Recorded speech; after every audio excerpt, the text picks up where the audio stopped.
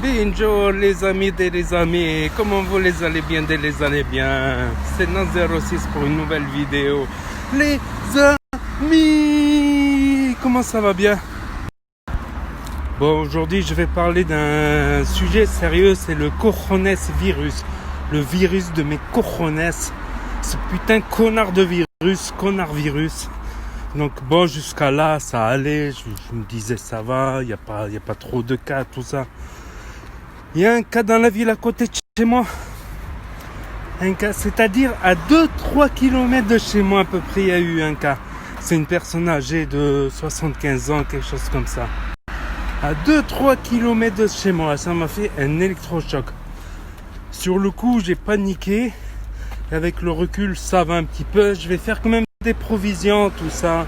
En cas si je dois passer quelques semaines en quarantaine ou quoi, ou qu'est-ce. Des trucs de ce style. Surtout que j'étais fumeur, donc j'ai peut-être les poumons démoigés. Enfin, j'ai jamais vérifié. C'est surtout ceux qui ont des problèmes respiratoires dus au tabac ou des problèmes respiratoires divers. Oh, arrêtez de rouler là, je suis en train de snapper, merde. Le camion et tout. Tu vois pas que je suis en train de snapper là? Bordel de Bordeaux. Après, faut relativiser, voilà, c'est des gens plutôt malades à la base qui... C'est pas possible ça. Ils sont tous en train de rouler quand je snap. Allez, à tout de suite. C'est vrai que jusqu'à ce qu'il y ait un cas si près de chez moi, c'est-à-dire 2-3 km juste à côté de chez moi, ça me fait réagir. Avant, ça me faisait pas trop réagir. J'espérais qu'on passe à côté, même si vous vous rappelez de mon rêve prémonitoire. Pourtant, c'était avant qu'il y ait tant de cas en Italie, ce rêve-là. Mais bon, pour les rêves prémonitoires, ça peut être aussi le fait que peut-être la veille, justement les jours d'avant, je me renseignais beaucoup là-dessus.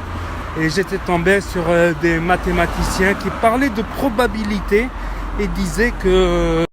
vu les chiffres annoncés, il était peu probable, il y a peu de probabilité qu'il y ait autant de cas qui soient sortis de la Chine, selon les règles de probabilité des autres maladies. Mais celle-là, c'est différent.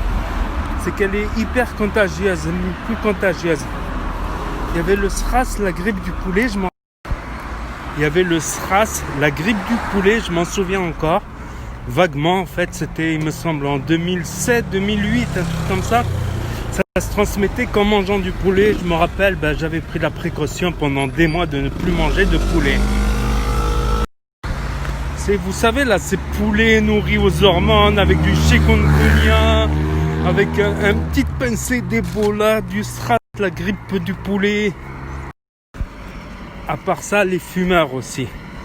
Les fumeurs qui ont des problèmes respiratoires ou qui ont des problèmes respiratoires déclarés parce que cette grippe-là, cette grippe chinoise, je disais les fumeurs qui ont des problèmes pulmonaires, des problèmes respiratoires, ils sont plus vulnérables d'après les chiffres chinois. C'est plutôt les hommes fumeurs, ça touche plutôt, les décès touchent plutôt en général des hommes fumeurs. Donc je suppose que c'est les fumeurs qui ont des problèmes respiratoires. Et oui, la cigarette, ça peut donner des problèmes respiratoires à certains. Pas tous, mais à certains qui ont les poumons plus fragiles.